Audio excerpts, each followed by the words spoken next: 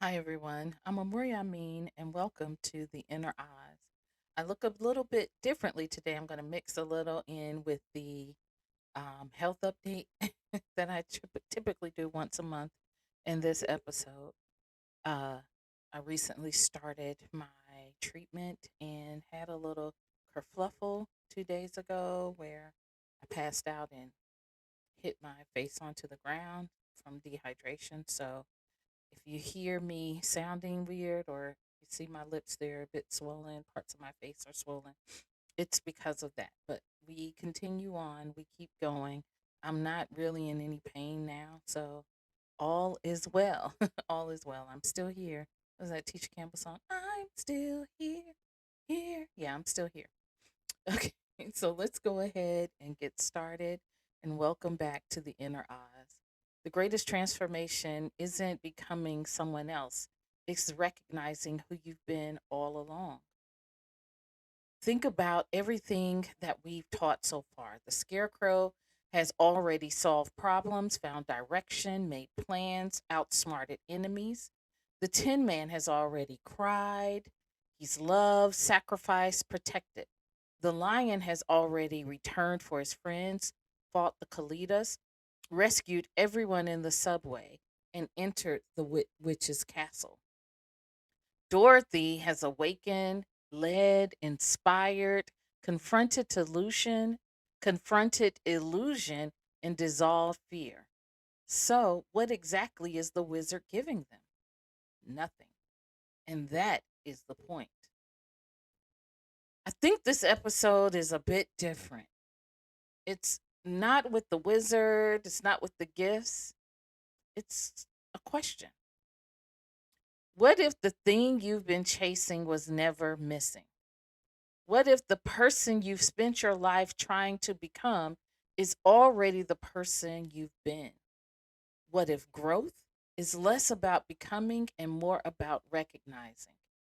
Because after everything Dorothy and her companions have survived, they return to the wizard, not even realizing that the greatest miracle has already happened. They have changed, not because of the wizard, but because of the journey. So here's the irony: the wizard couldn't give them what they wanted because he didn't have it. He had no magic, no supernatural abilities, no mystical powers, only symbols. And yet, those symbols changed everything. And why? Because symbols have power. When we believe they do, symbols have the power to open portals, to open pathways, to open doors.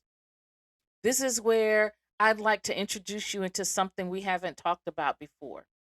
Let's talk about a wedding ring, a diploma, a crown, a military medal, a graduation cap, a baptism, an ordination, a driver's license, a passport. None of these actually change who you are. They recognize something that has already happened. The diploma doesn't give you knowledge, it recognizes the knowledge that you've earned. A wedding ring doesn't create love, it symbolizes a commitment that already exists. A crown doesn't make someone a leader, it recognizes leadership. And that's exactly what the wizard gives, not power, but recognition. When we go deeply into his gift with the scarecrow, we see the diploma. In the original book, however, the bran and pins mixture was placed on his head, and the wizard had said, "You have brains now." Think about it. Who figured out how to cross the river? Who developed strategies? Who consistently solved problems? The scarecrow. The brain wasn't created, it was acknowledged. In real life, how many brilliant people spend their lives believing they are intelligent? How many of those people are you? And how do they go around and believe this until finally someone says, "I see what you've been doing"? And sometimes the recognition unlocks the confidence. With the Tin Man, the wizard gives him a silk heart filled with sawdust in the book. A ticking heart, a ticking heart shaped clock was in the movie. And neither of those objects, neither of those trinkets can make him love.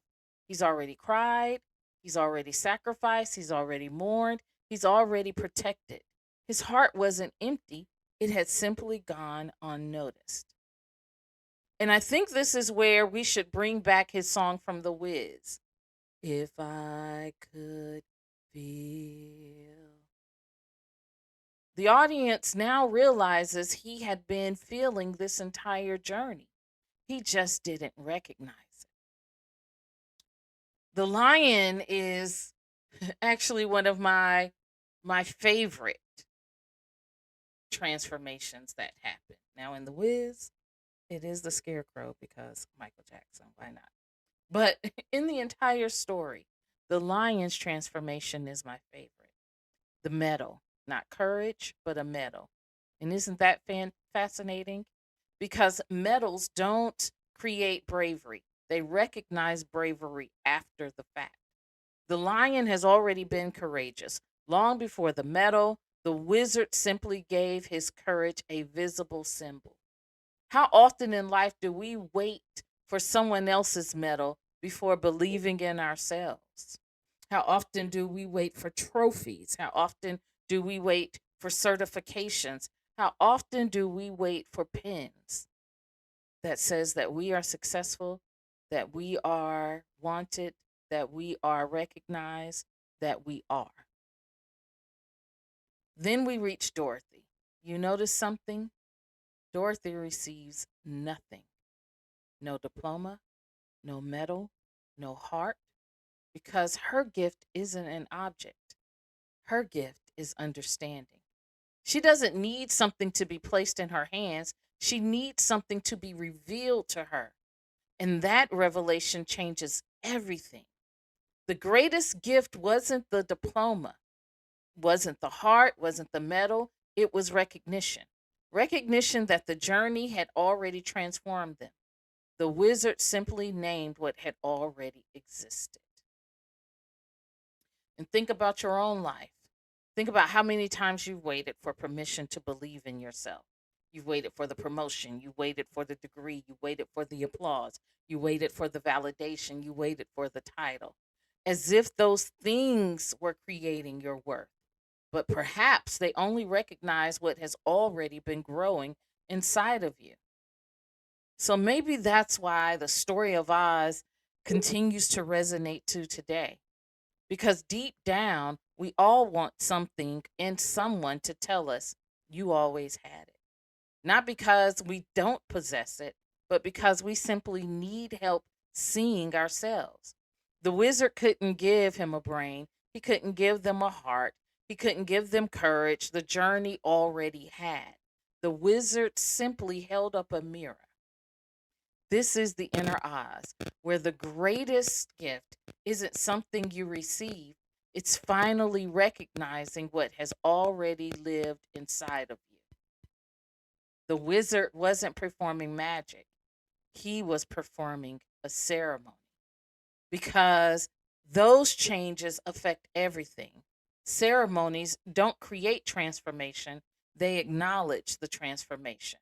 The graduations, the weddings, the coronations, the ordinations, the naming ceremonies, even spiritual initiation. The real transformation happened before the ceremony. The ceremony says we recognize what has already become true. I genuinely think, ooh, my mouth, that this single idea is the defining insight of the inner eyes.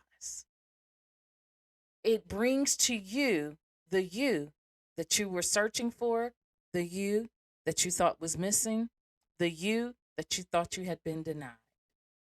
So, this is the inner eyes, and I'll see you on the next episode of The Yellow Brick Road.